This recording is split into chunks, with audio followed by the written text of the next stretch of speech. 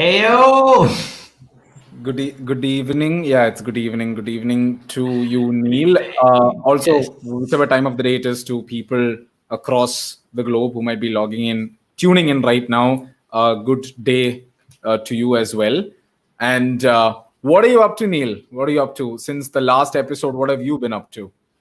I have not been up to a lot of things. I think the person who has to talk here is Johnny. There's a major location change that he has brought. So, Okay. Johnny, would you I'm in my like room. to I'm in say my room. which Yeah. room? Where? Okay, so yeah, the only difference between the last episode where we were together and this episode is I am in Kerala at the moment. I'm in my own house. So yeah, that's the location change that which Neil mentioned. Uh, Yes, he's just 2 hours, 1.5 hours away from me. So, yeah, he has yeah, come back to ruin all our peace Neil, and harmony. important point to Yes. note: stay 1.5 hours away from me. Yeah, just Yeah, keep yeah, that in sure. mind. He's the Okay. one who wants to come this side all the So time. yeah, keep that in Yeah. mind. And yeah, Neil, if you notice, can you guess which Marvel superhero that I am representing at the moment? Yes, it's Black Panther. So how many Yes, Black Panther fans here? yes. I also So guys, just I think we forgot to say where are the highs? Come on, guys. Give us your highs and tell us where you're coming from. I think folks are. It's a Saturday evening, so they just might be Yes. logging in. So talking about Black Panther, Neil. Unfortunately, quite sad news. Chadwick Boseman passed Yes. away quite recently, and just wanted to sort of like a tribute to him. He was one of my Black Panther was one of my favorite superheroes. He was really an amazing actor. So yeah, rest in Yeah. peace. I Cool. remember seeing that movie. I mean, we both like went together for the movie? I'm not sure. I I think think so. I think Yeah, so. I think so. Yeah, I remember the movie. Yeah, we when we were in Cool. Bangalore, we went for that movie, and yeah, it was Yeah, amazing. yeah. Yes, We have Wakanda forever. Wakanda forever. Yeah, we have or Catholic chai forever. I don't know whichever ways. We have Jose from New York. Yeah, I think the word global just took on a whole new definition there. Yeah. Yeah, hi to all of you logging in. So Hi, Shobha. I think Shobha says your T-shirt is nice. Yeah, you can thank her yeah, for that. Hi, Karen. Karen, do tell us where you're coming from. Hi, Ansi. I know Ansi's from Bangalore. Hi, Amulya. hi. Amulya's from Bangalore. Yes. Come on, guys. Give us Got your a couple more highs. folks coming in. So Neil, before Yes. we sort Yes. of move on, like quickly move on, because pretty sure once the audience comes in, they want, they're coming probably with a couple of questions in there. So when I use the term the tech savvy Catholic, Neil, are you a tech savvy Catholic, Neil? No, I'm not. I'm very bad at tech stuff. I don't know why I'm even here. Like honestly, I'm very bad at tech stuff. But then, Oh, but then, okay, okay. something else I do is I text a lot. So that So so you text a lot. That so you send what Catholic text like God bless you, and that makes you a tech savvy Catholic. Is that yeah, how it works? okay. If you're trying to mend it like that, okay, you can call me a tech savvy Catholic. Okay, yeah, Oh, I'm a Catholic who texts a lot, so I'm a tech So savvy you're a Catholic. text, okay, not a text savvy Yeah, I'm Catholic. a Neil, I text said a savvy text Catholic. savvy Catholic. Wow, Neil. Wow. Okay, cool. Uh, Yes, yes. so Neil, I think it is required that our guest for today comes in and sort of clarifies this, especially for you clearly have a misunderstanding that between tech savvy Catholic and a text savvy Catholic, because a tech savvy Catholic and mass media, there is a lot more to this, and really looking forward to. I even personally have a lot of questions. Really looking forward to the answers here. So, without further ado, guys, we have Dony Peter today as our guest today on the show, or Dr. Dony Peter. He has a doctorate in leadership, and at the moment, he works for Toyota. He is located in Australia. Yes, guys, he's logging in all the way from Australia. Don't even think about the time zone, guys. Yeah, it's pretty late, but it's amazing that he's agreed to be on our show today. And he, like, when it comes to Jesus Youth, there was a time wherein, let's say, technology was just evolving, and I was even surprised to know that Jesus Youth had a podcast long time ago, and Donny was the voice of that podcast, and he used to help sort of create and collaborate with all forms of technology when we use technology in the field of evangelization, and especially as part of the movement. and he's a very active member of the Jesus Youth community, especially in Australia. And he was in Bangalore. I think, yeah, he left to Australia a couple of years ago. Right now, he is involved in the learning and development sphere, especially, reaching out to and training top levels of corporates, the CEO levels. And personally, I am also, like, let's just say, a little bit of a fan, because I also had that opportunity to connect with him at a much personal level. And I must say, I went to him with a couple of questions. I left the conversation with a lot more answers than I bargained for. So that's exactly what I'm looking forward to. And I'm pretty sure the audience also is looking forward to that. So a warm welcome all the way from Australia. We have Dony Peter on the show today. Hi. Welcome to you, Dony. I'm not going to say good night, not yet, not for the next 1 hour. Good evening to you, Dony. Yeah, good evening, guys. I think in probably 15 minutes it's going to be good morning again for me. So yeah, but nice to be here on the show with you guys. Yeah, okay. Good to be here. Thank you so much, Dony. So once again, disclaimer to the audience: no, we did not plan the black outfits. This was totally unplanned. Just putting it out there. So yeah. Without further ado, people who know me would know that I wear black quite often. So it's not on you. Don't worry. Yeah. Got it. And I think Johnny's wearing black for the first time. Yeah. All right. Yeah. So we'll move on to the questions then quickly. Yeah. Yes, sure. All right. So, Donnie. So the first question that we have is, how do we react to things that we see on the internet, and how do we express our opinions about it? Whether it is to disagree or to agree. Yeah, so I think one of the things with the internet is that there is this democracy on the internet where anybody and everybody can see anything and everything, right? Now, what we need to realize is because of that, a lot of voices, people are just getting an opportunity sometimes to just vent, right? So you get a lot of good information, but a lot of people find it as a platform to just be something that they are not in real life.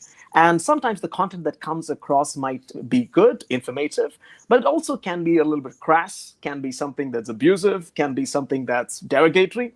And we see a lot more of that on the internet. It's like, a side of people that we never saw that existed. Now, we always have an option to say, you know what, I'm going to ignore this. I don't have to take part in every discussion that's out there, because most of the people who are inciting certain kinds of discussion there are not there to learn or there to bring about a discussion or a debate. They're just here to vent something. And you're very familiar with trolls, so people who do that. So what I would suggest is the best way to deal with that is to distance yourself without getting too involved, because think about it, right? Not a lot is at stake there, because the people who come there's a limited audience, and it's not really going to change too much. So the idea is this: if you find something that is offensive, just leave it at that. Nobody cares about it, because there are too many things on the internet to care about that way. So especially with stuff that's abusive and stuff. So the best way is to just keep away from it, and life moves on, surprisingly. But Dony, if I may interject, like, let's just say there is a scenario wherein there is something offensive and abusive, and it is directly pointed at me. Like, to what level, or what's the gray line here? Like, how long, or should I just keep silent? Should I not react? And if I should, how should that reaction be? Yeah, so here is the thing, right? So no matter what you say, people will always come back with something. So unless you have a lot of time on your hands to sit there and answer every person, you're gonna just get tired, right? So if you look at how celebrities are getting trolled, most of them, they make some comment that's taken out of context, and before you know it, there is every Tom, Dick, and Harry, labeling them with a lot of stuff. So at that point, if you look at what most of those people do, is they say, you know what, I apologize that my comment or stuff has created some in such and such instance. However, they disengage. Some of these people even leave those platforms because they can't take the abuse too much. And that is the problem with the internet. Anybody and everybody. And because of the anonymous nature of the platforms, right? People don't really need to validate why they're saying what they're saying. and that's the problem. So I would say if somebody is on a personal on a social network, if somebody is being abusive towards you, then well, you've got a couple of options. One is report that on the platform. That is, most platforms today have a way where you can report abuse. The second is if it is directly infringing your workplace or your your study place, a place where you are in, you can report it to the authorities there. And finally, there is the legal angle, which is if somebody is taken that fight out of the online frame into probably a real world place, or somebody is trying to, stalk you physically in the real world, apart from the online world, then what you got to do is report it to the legal authorities, and you have a safe forward there. So that's the basic thing. The thing that you shouldn't be doing is trying to engage with that person online. Right? Because look at what you're doing. You're trying to incite somebody who's already angry, right? So it's good to present your defense and then just leave it at that. Don't take it too personal. But then again, if you put something out there on the internet in the first place where you invited people to comment on it, well, it's on you. Okay. I think another question which is related to this is that we live in a generation, especially us. I think most of our news content is always from social media. I think most of my news I get it from Instagram, and that is a fact. And I hardly read the newspaper right now. I mean, there was a time when I used to, but then most of my news is from Instagram. So my question is, how do we deal with news? How do we cross-check this? There is so much of information that is on the social media. How do we know that this is true and this is not true? Also, Dony, one major segment of that news influx is WhatsApp forwards. Huh? That's a real segment out there. And there is another thing called stories right now. Even on WhatsApp and Instagram, people repost a lot of things. So yeah, what do we do about that? See, looking back again at the nature of the internet, right? It's very easy to share information, right? Especially when the information is not yours. It's just a forward. It's just a matter of just clicking a button and then you can share it to a lot of people. I think now WhatsApp has banned group forwards beyond a certain numbers because of, a lot of disinformation. But here's the thing, right? Now, journalism in itself has a code of ethics in which a lot of journalists who are true to the profession make sure that they have to look at the facts and they present the facts in such a way that they are not leading the people away. I don't speak for every media outlet because that was the origin of how journalism had to be. However, now with Facebook, everybody is basically a producer and a consumer of information, what we call as prosumers of information. So you don't have to be a journalist, right? You can just share a news item, but you are actually aiding in the delivery of that information. Now, nobody does a fact check before they do it because everybody is acting on the emotion. That is the very aspect of social networks, of social apps, right? When you get something, you immediately want to share it to somebody, right? Back in my day, there was this kind of chain mail forwards that used to happen. I don't remember if you've had this, but if you go to certain places, like, for example, some chapels, there would be like a book of pages that says, if you don't make 9 copies of this and send it, bring it back and leave it in 9 churches, right? Something bad's going to happen to you. But the people who did it would get, they win the lottery or something like that. Now, here is the thing, right? The same role is at play here, but it's very subtle here. Where you get a piece of information and here you're deciding, my God, if I don't send it to all my friends, they are going to lose something, right? So you don't bother to fact check and you just share it, right? But what you're doing is you're aiding in that disinformation. Now, number one thing that I would say as young people, as people who are smart enough, intelligent enough, who use technology, the number one thing you should do when you get something before you send it to somebody is do a fact check, right? Because today you've got a lot of deep fakes, you've got a lot of information that's doctored, you've got a lot of dodgy kind of sources of, how people link it. So it's always good to do a fact check before you send it to somebody. Because think about it, you're giving this to somebody and you're helping them understand something more. So you have this responsibility to make sure that what you're sending is the truth or what you're sending is fact-based. So it's very important for you to do a fact check, number one. So there are plenty of sites you can do that on. Snopes.com would check a lot of facts. But I personally follow a certain philosophy. I look for what is called as a triangle of truth, right? The triangle, a triple source of verification. So for me, when I hear a news item that says Barack Obama was assassinated in the wee hours of today, right? No matter who is posting it, the first thing that I go do is I check three different sources of information. I go check the New York Times, I go check the BBC, right? And I also check a couple of national newspapers here. Now, the reason I do these three triangles, these three sources of information is so that I know that these three views, no matter how different they are or biased or correct they are, three different separate news sources will not give the same information if it's wrong. Right? So you've got this triple source of verifying. And I would say it's a very good thing. So you can pick your three news sources, but make sure those three sources have a long-standing history of good journalism.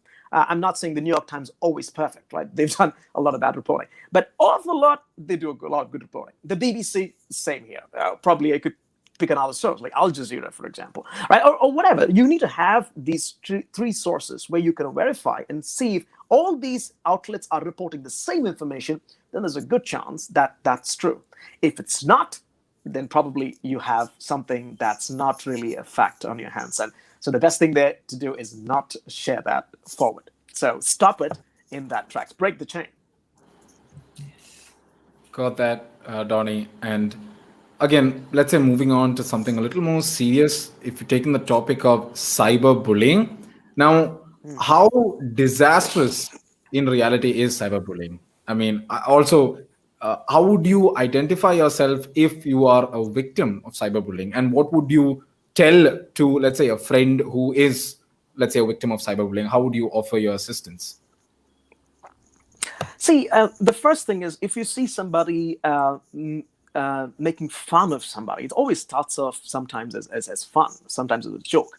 But you know it when a lot of people start doing that, and then the person there is no longer taking the joke, and you can feel it. You put yourself in that person's shoes, right? That's where you know that it's starting. Now, it also can happen when people violently attack a single person for something that they said or something that they did, right? Now, even if something that, so what you're doing is, you ask yourself this question: would you do it in real life? Would you just go and look at a person on their face and shout at them and abuse them the way you would do online? Now, because you're behind a screen, right, when you're doing it online, you the person who's bullying feels that they can't be affected by it. But there are laws today. But most importantly, let's look at the Christian aspect of it. If you didn't do that to somebody's face, why would you do it online? Right? So how do you recognize cyberbullying? Like I said, if somebody is, or a group of people or persons are attacking a person, and they are going beyond the normal ways of a debate, of asking or responding, and they're using abusive words, they're going way down the trolling language, that's probably cyberbullying, right? So that's one area. A lot of people ganging up and getting onto you. So that's where you recognize that. And how do you stop it? Well, you got to take a stand sometimes. You can always. But the thing with cyberbullying is one person's stand often is not enough. So if you do something, it's just another voice that's lost in that whole thing, right? So you would advise the person who is being cyberbullied to leave, right? So that this doesn't take it further on them, right? If you know that person. But don't contribute to that, the bullying there. And definitely report it to the network, to that social platform that you're using, that there is a case of abuse happening here. And in the case of something that's beyond your control, well, you can go a little bit more. You can spread some more social awareness about this bullying. If you are on the activist role there, which you can bring more light and say, okay, this is a case of cyberbullying, we should be doing this stuff. I think recently one of the famous actresses in India got into this whole thing about something that she posted regarding mental health in India, and I saw that go really, really bad. So there you go. So often what happens is when you go beyond what that person has said and start attacking the person, that's cyberbullying. Yes. Got that, Dony. Yeah. So I think another question that we have is about stalking. I mean, stalking as in, I don't know if I'm using the right word here, but then see, there are two types of stalking if you look at it. I mean, a lot of people, when they are probably jobless, when they are not doing anything, one thing that they would do is just scroll through social media, look at people's accounts, look at their pictures.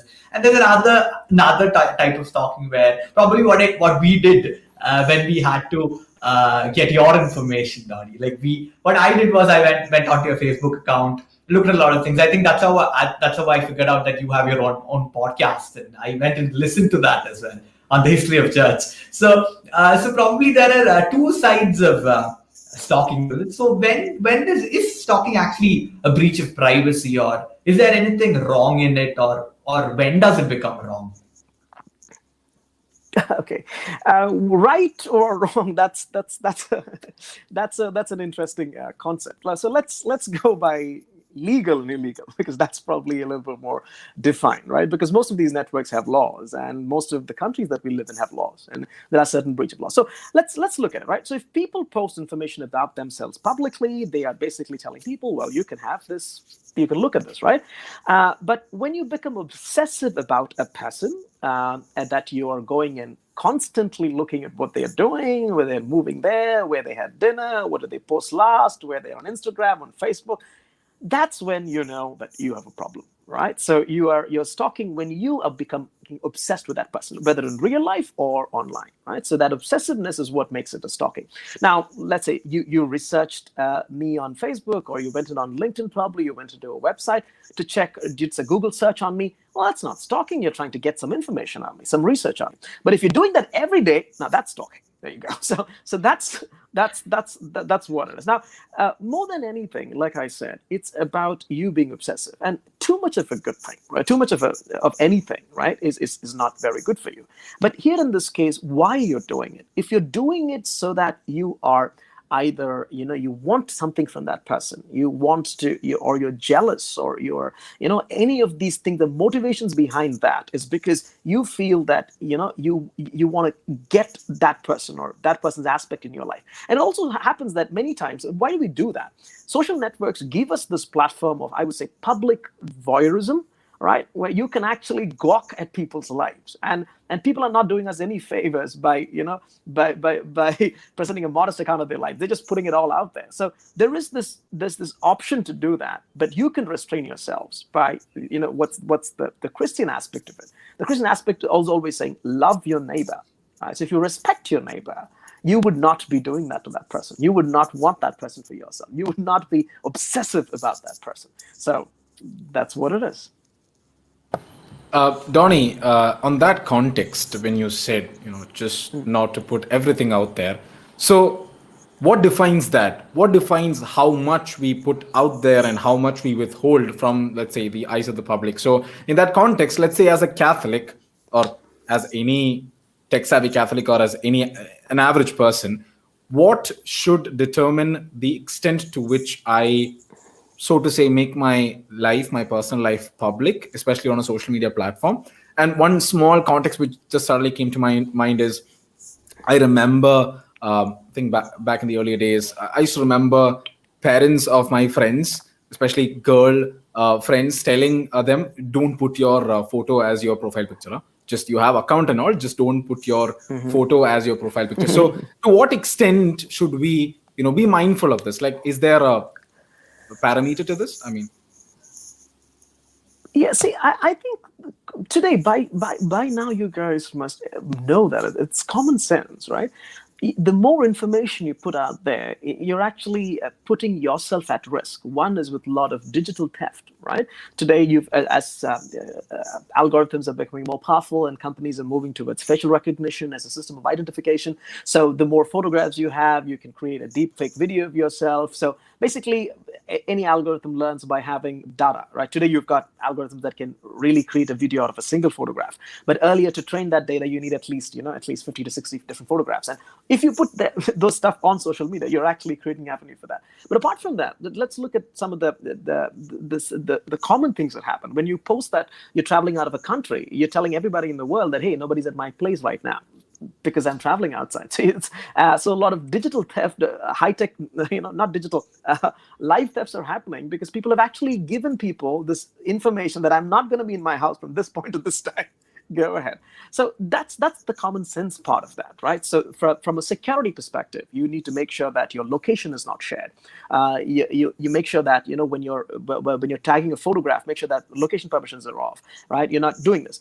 The second part is basically, like I said, your facial recognition, etc., photographs and stuff. So, and third, for the love of God, people don't want to know everything about you guys. So please, right? We have a life.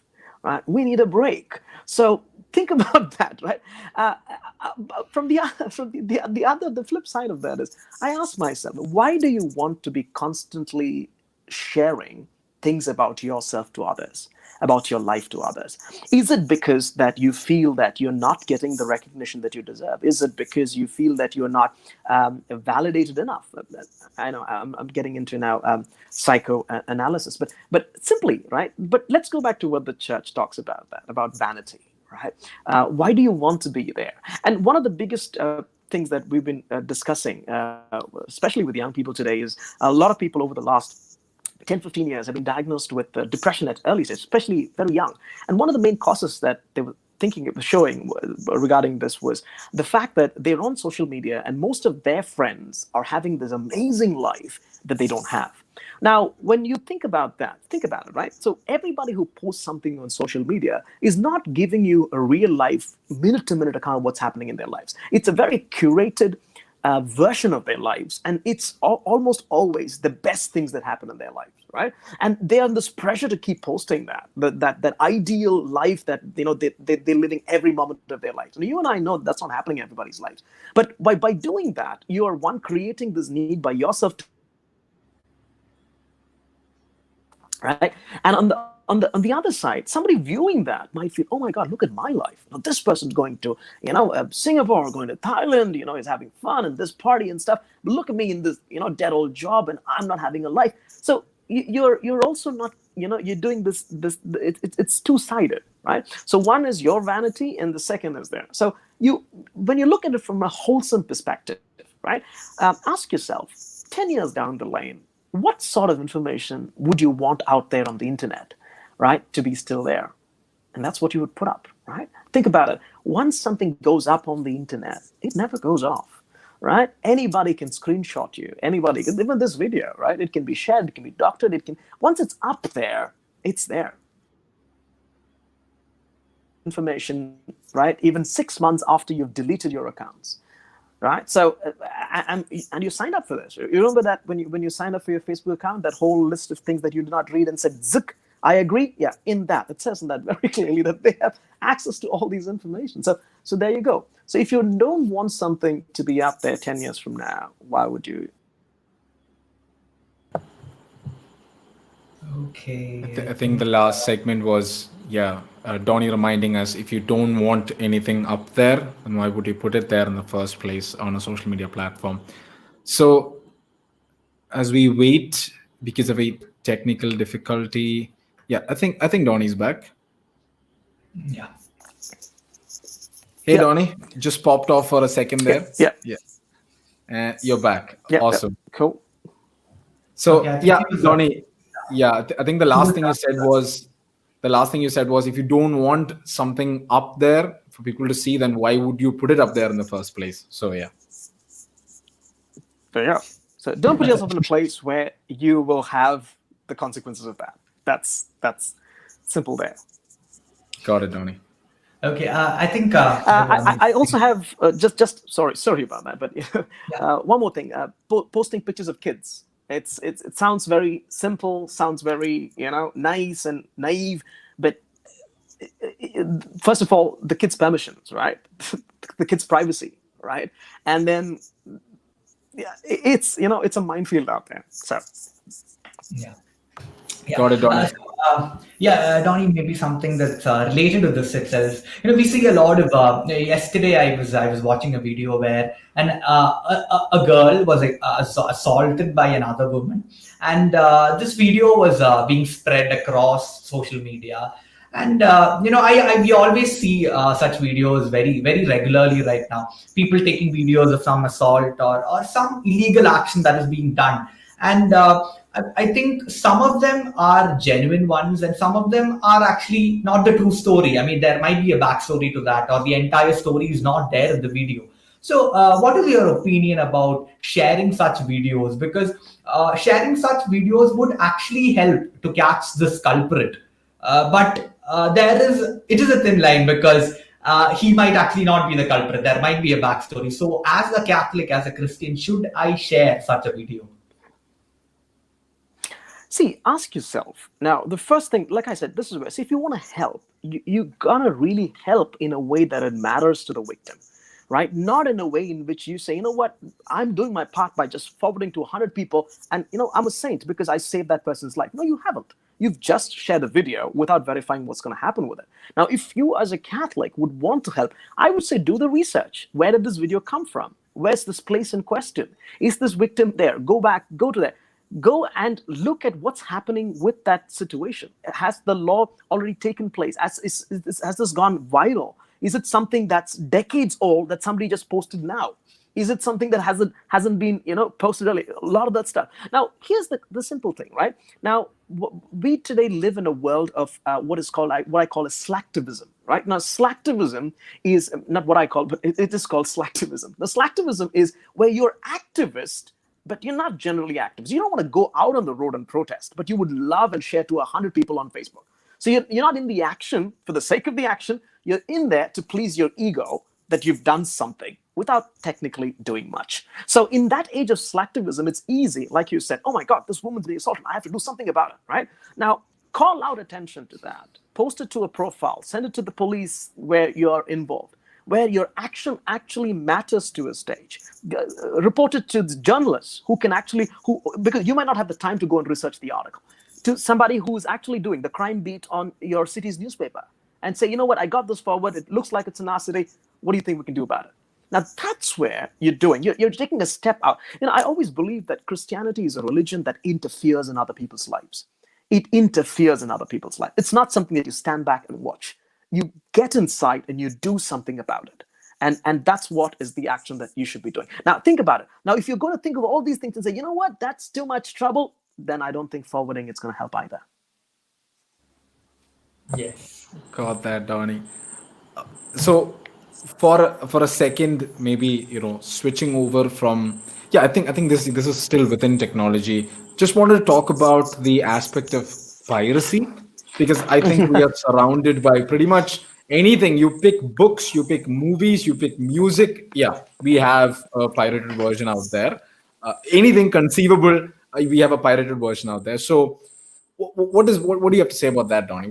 I mean, is it okay, especially since not everyone can afford, because the original would cost so much, but then this is so easily accessible. I mean, I'm not doing anybody any harm, but then what do you have to say about that? Let me pose this question back to you, right? Now, so today you can't afford it, right? So, but once you can afford it, will you go back and buy that stuff? Will you go back and reimburse the original author or the creator of that, saying, hey, you know what, I did this and that I can afford, that I can afford. So the affordability argument, I think, falls short there, right? Most people are doing it because they don't want to pay. And that's pretty much piracy, right? The argument saying, oh, you know what, it's not available on, I've subscribed to Netflix and to Amazon Prime and to HBO Max, but this thing's only on Disney Plus, so the only way I can get it is if I pirate it, right? Now, but look at that conversation. Now, so piracy is illegal because you're taking away the monetary income and the creative rights associated with the original author, who says that the only way you can do this is with the conditions that I have placed, which is either subscribing or buying or whatever. And that is how that person who created that wants to be attributed financially or otherwise for the work he's created. And he has that right because he made that. Now, you cannot come up with any argument against that because you did not create that work. Now, if you did create that work, you would have the same reasons with that content. You wouldn't want other people skimming off it if you're not going to get direct either an attribution or monetary or financial value. So that's what makes piracy. And that is why, and I would go by this, right? Go by the legal laws in any country. In all your countries that we live in, piracy is illegal. And that is clear, which means it's against the law, right? And from a Christian perspective, definitely, it goes against the commandment, thou shalt not steal. There you go. So from a moral point of view and from a legal point of view, piracy is illegal. No justification will get that. Now, but like you said, but what about affordability? People in developing countries might not have access to some things that are costly. That's there. Now, for most things, there is a wonderful community of people who work in the open source community, who are creating a lot of content. Today, you've got a lot of Creative Commons licensed content, so photographs, audio, books, stuff that's Creative Commons licensed. You also have open source software for almost practically every application there. Obviously, there are some niche applications that might not have open source alternatives, but every other thing, right? Your productivity tools, your design tools, right? Even 3D design, Blender, right?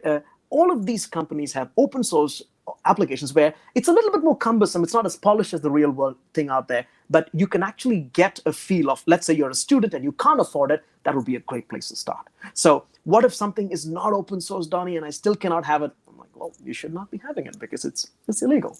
You have to probably wait on that. And there, that's again, the Christian perspective comes there, right? It's about saying, you know what, I let be, I let go. Right? Because I would rather not sin, right, than do something illegal that'll give me some kind of thing. With the issue with books, sometimes, and this is said with most students, that they say, Donnie, we can't afford these books. What do we do? The only way would be to pirate them. But here is the thing. Like I would say, see, you're planning for your education. I know I'm not speaking for everybody here. I'm not speaking from a point of privilege. I'm saying you need to budget that books, that stuff. Or a couple of people could come together and buy a book together to say, you know what, we're going to read this together. Or get used books, right? With books, apart from very niche areas of study, sometimes the previous couple of editions will still give most of the content that you have. So it's not like, I have no other alternative. There are plenty of options. And without exhausting these options, without even looking at these options, if you're going to pirate, then you don't care about, the ethics of piracy. You're just there because you want to pirate. So that's what that's what I feel. Got that, Donny. Before we move on to the next question, would like to quickly remind our lovely audience, please do put in your questions. It's not long. In a couple of minutes, we will move on to answering your questions. So yeah, Neil, over to the next question. Yeah. So you were already talking about books. So I think it's time to shift from the tech stuff into the books. So I have a question about books. There are a lot of books, especially if you look in the last 50 years and things like Vinci Code. I mean, there's a lot of books which have come up which are not exactly aligned with what the church teaches or what the church says. So is it wrong for me to read books that are not in tandem with the church's teaching? All right. So you have the freedom of choice, right? You always have the freedom of choice. The church would never say, Jesus never said that you have the freedom to choose between right or wrong. Now, with regard to books or information or anything that you consume or see on the internet, you need to have this understanding of, is this going to benefit me directly, right? Am I using for pleasure or benefit? And if it's going to benefit me, or if it's not going to benefit me, is it going to ruin me? Right? Or is it going to bring to question my faith and stuff like that? Now, if you have a doubt about that, then you should probably be doing that. Because, I'll go back to what St. Paul says. St. Paul says, food offered to idols, there's a question, should we eat that? He says, you know what? It doesn't matter. You can eat it as much as you want, as long as you don't get sick eating it. But then he says something. But if you have a doubt whether it's going to make it, now, then you're not sure about it. Then he says, you know what? Avoid it at all costs. So I would say the same thing applies here, right? Now, the church does not ban you from reading anything. And in fact, there used to be a list of banned books in the Vatican where the Vatican said you should not be reading these books at one point in time. However, they've removed that list completely. And the idea behind that is you have this choice and you're choosing Christ over that. Now, coming back to, you mentioned the Da Vinci Code. It's fiction. And I think people get it. And if people don't understand that that's fiction, then that's the problem, right? So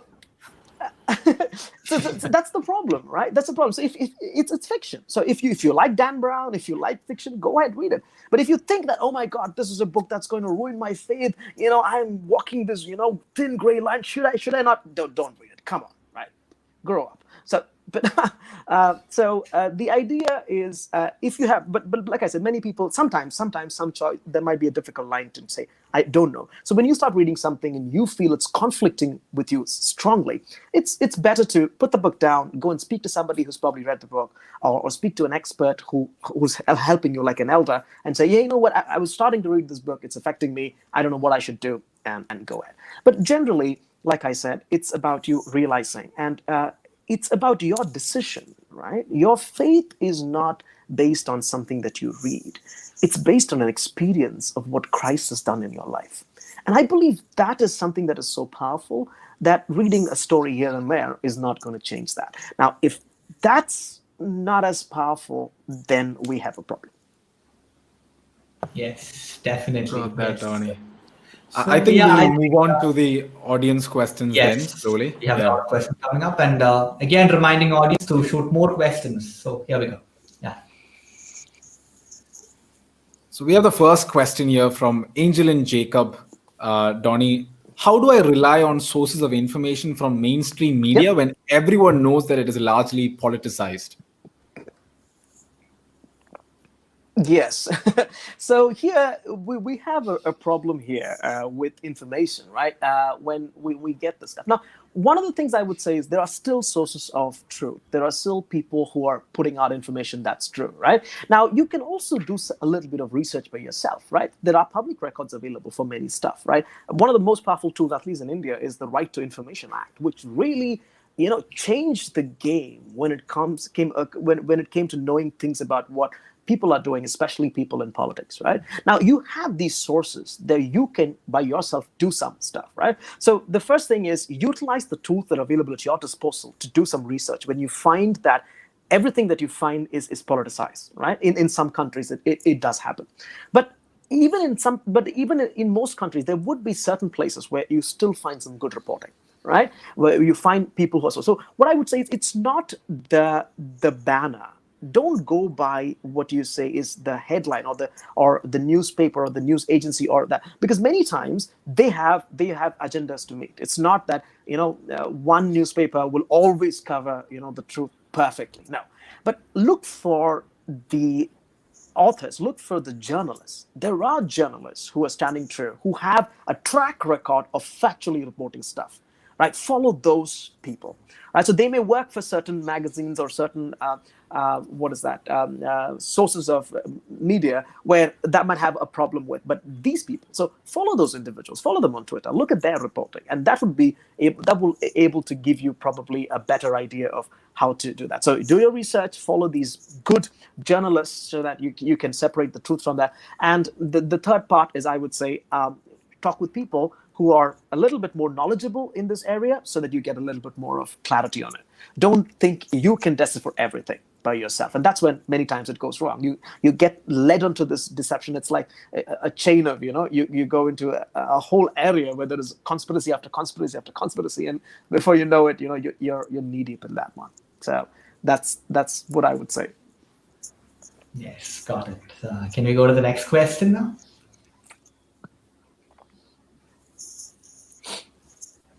Okay, the next question is from the handle called Harry Potter Freak. Can you please share your thoughts on tele-evangelism and how to actually identify the authentic sources? All right, now this is a tricky one. See, the history of tele-evangelism has been quite big, and a lot of people have misused that platform, right? And it's, however, there's a lot of good people who have used it as well. But I can't tell you here who's what and right and what's wrong because it's too big. But think about it, right? Now, the idea of tele-evangelism or whatever is it comes down to this, right? If some person says that they have a special gift by which they can do something for you, it's clearly not from Christ.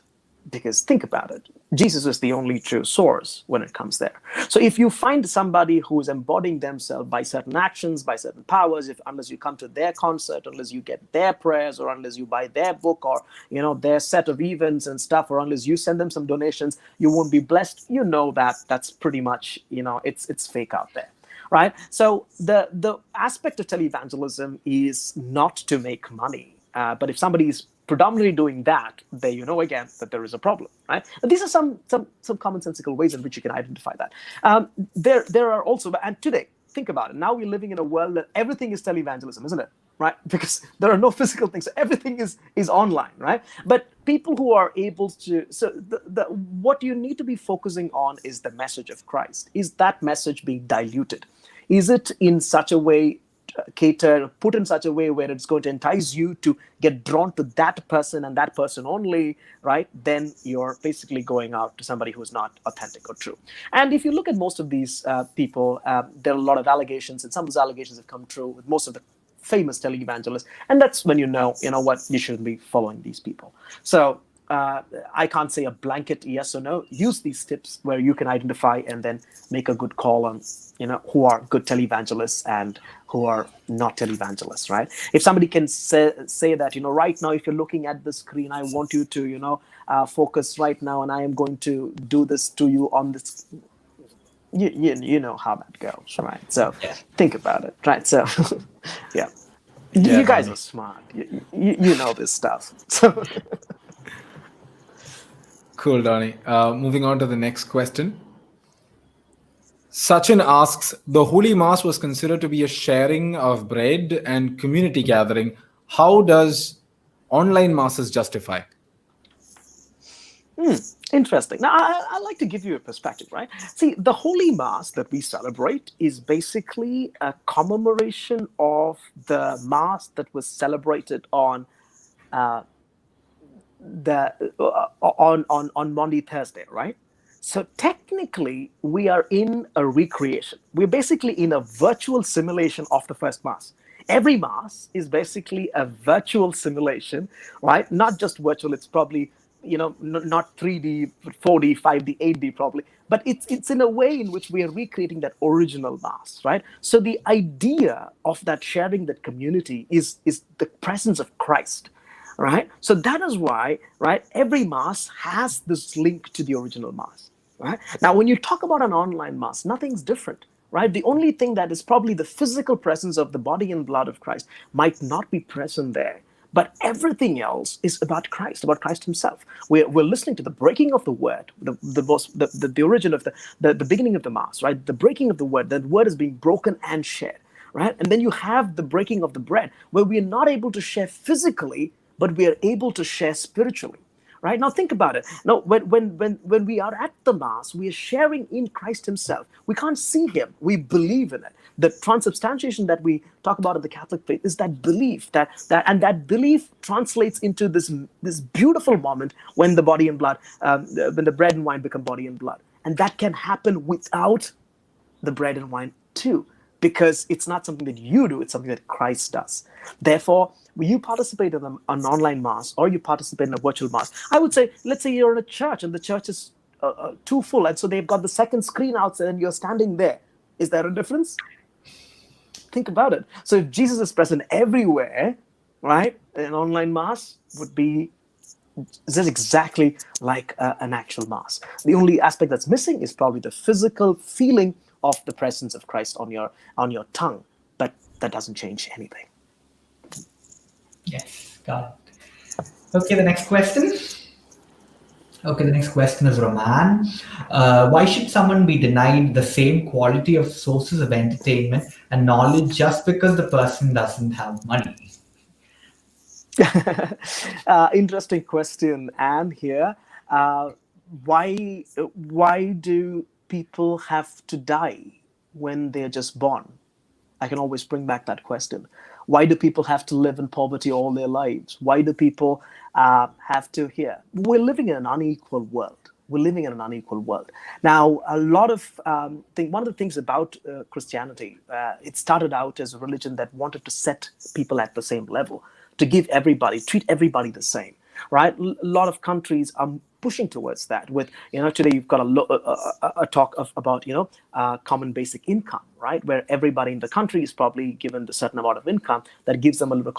All of these are social levels of development that a lot of people are considering, but we still don't have the answer yet.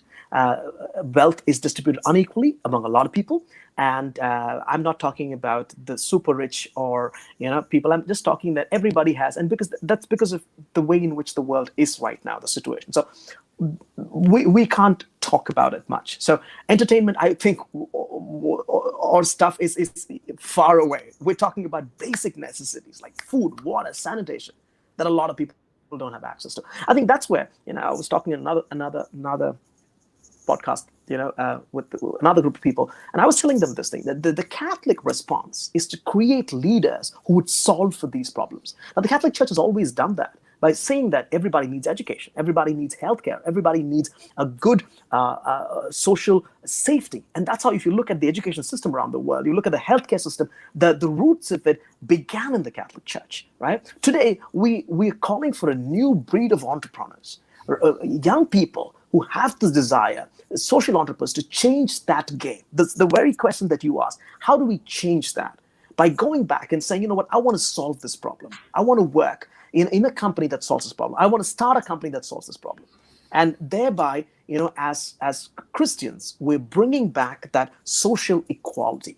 And that doesn't happen by one person. That happens with a mass of people rethinking about the values in their lives and deciding to do something about it. Yes. So the next question. Got that about social equality. The next question is from Evan. Evan asks, what if certain books, books bring up facts about the church which are generally swept under the carpet? The church does have its negative share in history. Yeah, today I don't think there's anything that can be swept. We've got good researchers today, and we've got access to information, right? So if books are presenting stuff and it's verifiable, then and see, think about it, right? The church at a lot of times, and see, this is the thing. Many times when we say the church, we're thinking about every Christian on earth doing that as a thing. Now, there were some people. I'm in no way saying that the wrong things that Christianity has done in the name of religion is correct. No, what is wrong, because the principle that we're judging is not what we feel about it, but the Christian principles by themselves. So if Jesus said something is wrong and people did wrong, it is wrong. It doesn't absolve them because of position or authority or whatever. Now, there are some books answering your question that have brought to light these things. That is true. And we have to accept that. If you look at what Pope Francis did, he publicly asked for forgiveness of what the church committed as atrocities back in the Middle Ages, right? You have John Paul II, who our beloved Pope, who also said sorry. So we know that the church can make mistakes because the church is made up of human people who make mistakes. Therefore, these books that bring to light those things are doing a good service in understanding what is it that we came from, which also is reminding us all the more that we have another responsibility to make it right. Right? So I think that's good. It's good. It's good to have that information with us. Yes. So the next question. The next question is from Kirti. There are a lot of youngsters who read and have read the Da Vinci Code. Again, about Da Vinci Code. We cannot take it for granted that their faith is strong. I think it is okay to take a stand that this book should not be read, right? I think you've already answered this question. Maybe if you want to add. Yeah, the first page of the book says that it's a book of fiction. Think about it, right? So why would you be so if you're going to trust Dan Brown with what he wrote, you would trust him with the first page of the book in which he says it's fiction. So there you go. So my point is, right, those are interesting ideas, right? And something that's very interesting, that's something that's very, very explosive in terms of the problem they create is always the bestseller. If you look at what's happening in political crises, people come out with books saying this person did that person did that. That's the whole idea of those things. Now, if people their faith is shaken by that, then, it's a deeper problem. It's a problem that says that we haven't helped those people know that faith in a deeper way. By banning the book, what are you going to do? You're going to bring more light to that book. A lot of people who shouldn't have read the book will actually read the book because, you know what? If I tell you don't do something, you're inclined to do more of that, right? So what you're going to do is in no way helping answering the same problem that you said. It's good that they don't. A lot more people would read that. Right? And in fact, one of the reasons the Da Vinci Code became famous was because there was so much of opposition about the book. The book's, it's not a very good thriller. It's not written great. There are good authors, right? But here's the point: it became a bestseller because of the controversy surrounding it. So what you would do by banning something or asking people not to read it is just encourage people to do that, right? But we're not saying, hey, read every book that's against the faith. No, I am saying that you don't actively dissuade somebody from reading it, but tell them, hey, by the way, that was a good book. Now that you know so much about it, let me clarify some facts about it. It actually can be a great starting point to share the faith. Yes. Got that, Dony. I think I've had experiences back in my high school days wherein folks used to come to me and ask me in the light of them reading the Da Vinci Code, hey, what is it that you're actually believing in? I mean, is it this? But then that they Yeah. themselves opened up that avenue for a conversation to actually share with them. Hold on, guys. I don't think that's not even a part of the picture. Forget, forget it. So, and Yeah. then I was able to probably share with them a part of my faith as well. So, yeah. Yeah. Yes, yeah. That's So, right. That's right. That's right, Johnny. Yeah. So we have a okay. question from Solomon. Due to multiple Bible versions and language translations, can we say the Bible is the most pirated book? And what is the original Bible? Alrighty. So when you say pirated, so literally the Bible was the most technically pirated, because those days people used to write the Bible by hand. So technically it's a copied book. So that's how it is with all the illustrations and stuff like that. But can you put that question up again? I want to clear that question. So, what is the original Bible? So, the original Bible is the Bible that we have today with us, right? With all these versions, you've got the Bible with the Apocrypha, the Bible with, the New Testament and the Old Testament that the Catholics use has all the books that were there. If you look at the history of how the Bible has changed, what has happened is the Bible was accepted as this form of canon for almost 15 centuries. And after that, some of the books were removed by the Protestant reformers, who felt that some of these books do not really qualify in terms of what they believe at that point in time. But if you look at it, the Bible is the same, right? Now, how do we know that? We have sources of fragments of the original Bible going back to less than 50 years from when the apostles lived. We have fragments which is from the Dead Sea Scrolls with the Old Testament, and the New Testament fragments separate around about to less than 50 years from from the time that the apostles preached. So we have original documents that give us that original text. So that's where, and those translations have been translated originally. They were in Greek. The Old Testament was in Hebrew. The New Testament was in Greek, and was translated into Latin. And eventually, afterwards, now scholars have, because they have access to the original Greek translations, they have been able to bring across common English or other languages from those translations, not relying on a copy of a copy, but from some of the original fragment copies. So that's why we know that more or less the Bible is what we have today will be very similar to what the letters were written back in the day, or at least for a long period of time, what the church was believing in. Right? I don't know if it's a tech question, but it's a book question, so I'll take that there. Okay, next question. The next question is from Sachin Rajoria. Is hacking for a good reason right? I think he is referring to the concept of ethical hacking. Ethical hacking, yeah. Yeah, so to think about it, right? So now the concept I would always say is anything that causes somebody any harm, makes them lose their privacy, makes them lose their money, makes them lose their hard work, is something that is wrong. That's not right against Christian principles, which is basically don't do something that you wouldn't like done unto you. The golden rule, right? Do unto others like you would do unto you.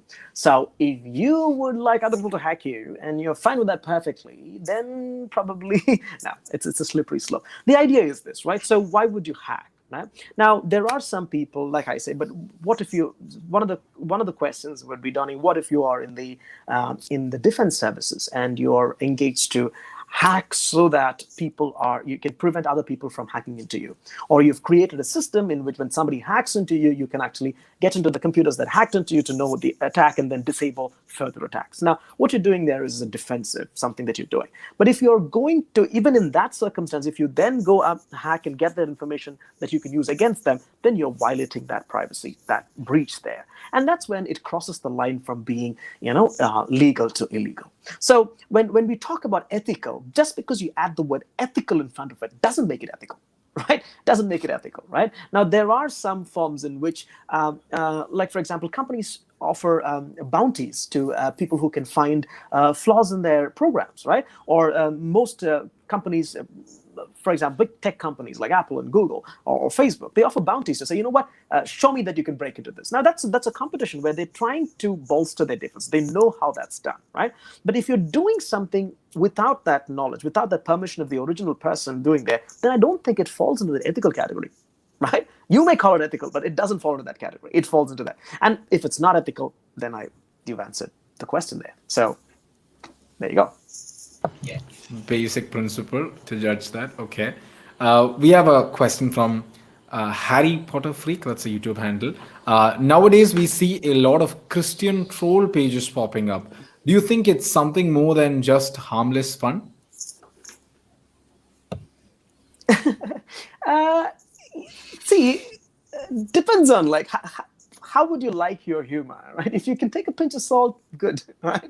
But today, I also believe that most people get offended a little too easily. And one of the things about Christians that I always feel is this: that we have a God who is really powerful, who is not bothered by troll pages, right? So you're not defending him in any way. You're defending your Christian ego, probably, perhaps, right? But not him. He come on. He was ready to die for you on the cross for every sin that you committed. Do you think he's going to be angry because you posted an image of him with some funny dialogue onto it? So don't worry. Christ has you covered. He is okay. He would not have a problem with this. So it's basically, but then what is the Christian approach? If you go back there and if you start commenting on the troll pages and if you indulge in behavior that's not Christian, so then you've actually played into the game that they want you to play into. Yeah, they want you to get angry. They want you to go against your Christian nature, and that's what they do. That's what they're trying to do there. So, what is your response? Your response is always the Christian response. Got that, Donny. I mean, honestly, even I enjoy a good Catholic joke once in a while. It's funny. So Yeah. yeah. Yeah. Yeah. So the next question. Okay, the next question is from Manika. Then why does priest advise to not get used to online holy mass? I think. Yeah. I So think this connected to our earlier question, which you answered, Donny, about the yeah. Holy Mass on the online platform. Yeah. I think it's human behavior, right? We would always take the path of least resistance, right? So if we get used to online masses, so the online masses, do you know that online masses were there before COVID too?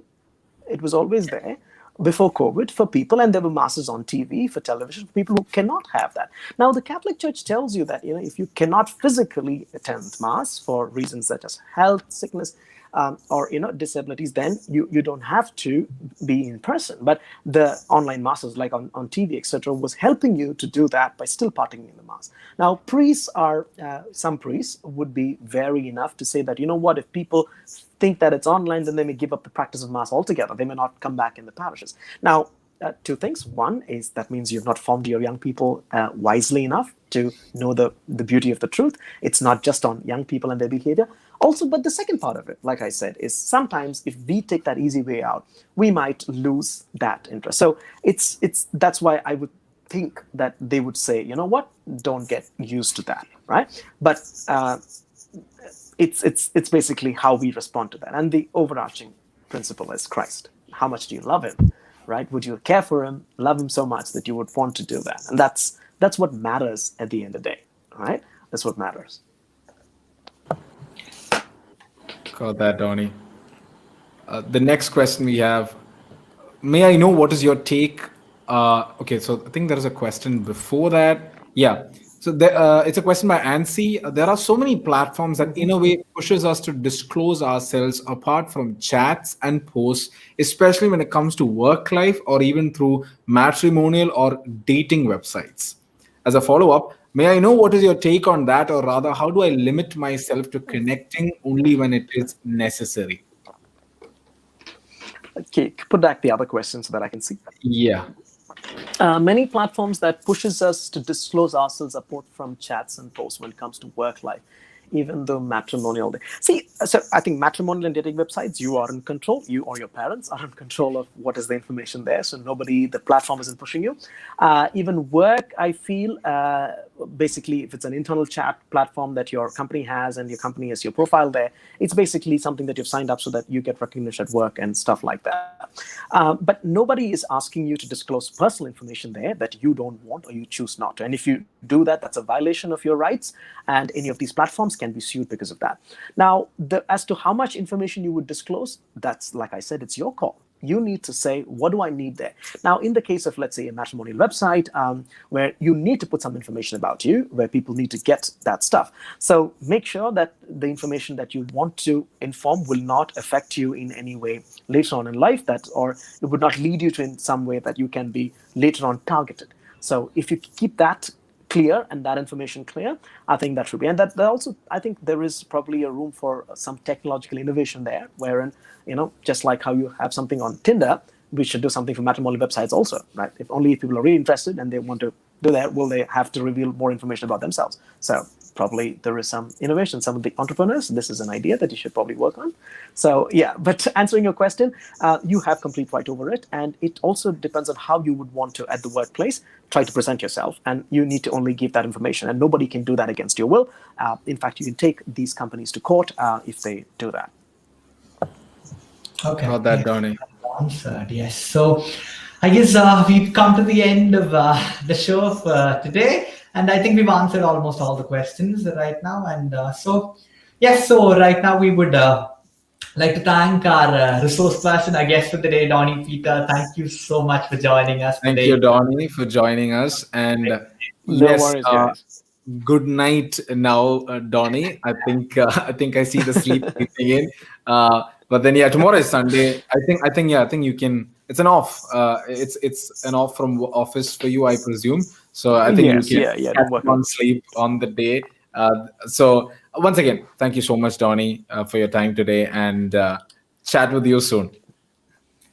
Okay. Alrighty, no worries. Thank you so much, and Bye, you guys Dony. have fun and take care. See you guys. Bye. Okay. So, Neil.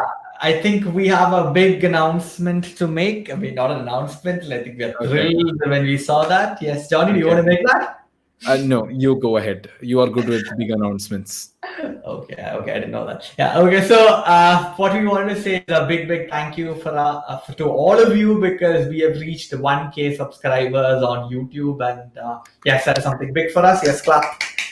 So yes, so thanks a lot to everyone for supporting us, for tuning in. Yes, so Catholic Chai family we're joining it together. So support us. I mean, be with us. I mean, we are a family, guys. So yeah. Once again, just reminding you folks, you're watching this on the YouTube platform. If you're watching this on the YouTube platform, there is that big, not so big, but medium-sized shiny button that says subscribe. Please go ahead and click on it, guys.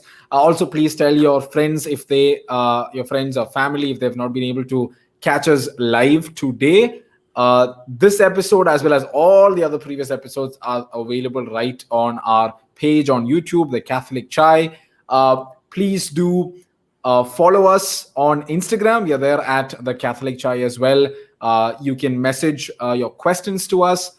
Even on YouTube, you can post any additional further questions as comments. If any of your questions were not answered, please do pop it in the comments. It was just because of a time shortage if you're not able to cover that. But apart from that, Neil, I think now I know to a greater extent what it actually means to be a tech-savvy Catholic, Yes, I think I know it better right now, because I was the opposite of tech-savvy. I mean, I was text-savvy, like I said. Yes, so awesome. So it was an amazing time. Yes, so we're going to wind up right now with glory be to the Father, to the Son, and to the Holy Spirit, as it was in the beginning, is now, and ever shall be, world without end. Amen. And our patron, blessed, venerable Carlos Acutis, please pray for us.